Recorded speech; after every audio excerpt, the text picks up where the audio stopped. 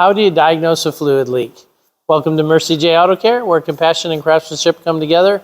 I'm Rick Smith, Master Certified Technician.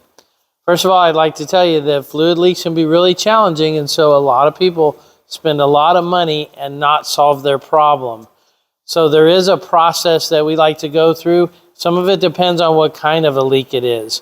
But let's just talk about general oils, power steering fluid, transmission fluid. The best thing is you have to be able to get access to a good visual, which is one of the challenges because we have so many components that can be covering the source of the leak.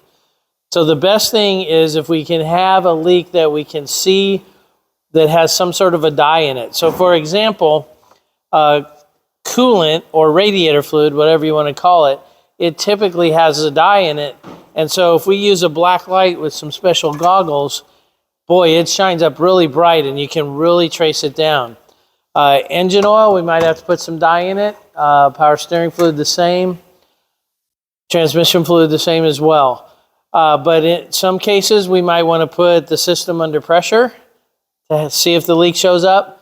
Some cases, we need to pressure wash it all off, fill it up, and actually the car has to be driven and maybe even as long as a week. Some leaks show up very fast because they're under pressure. Some leaks take a little bit longer because they're more like oozing out. So the black light method is the best way if we can get a good solid visual on it. And then there's a number of different techniques to try to force it to leak so that we can find it. And then lastly, we sometimes have to remove parts in order to get a look at it. So leak diagnosis can be a little bit more time consuming than you might think, but it's better to spend a little bit of money to get it diagnosed rather than shoot from the hip. Thanks for watching. Until next time, safe travels and blessings to you.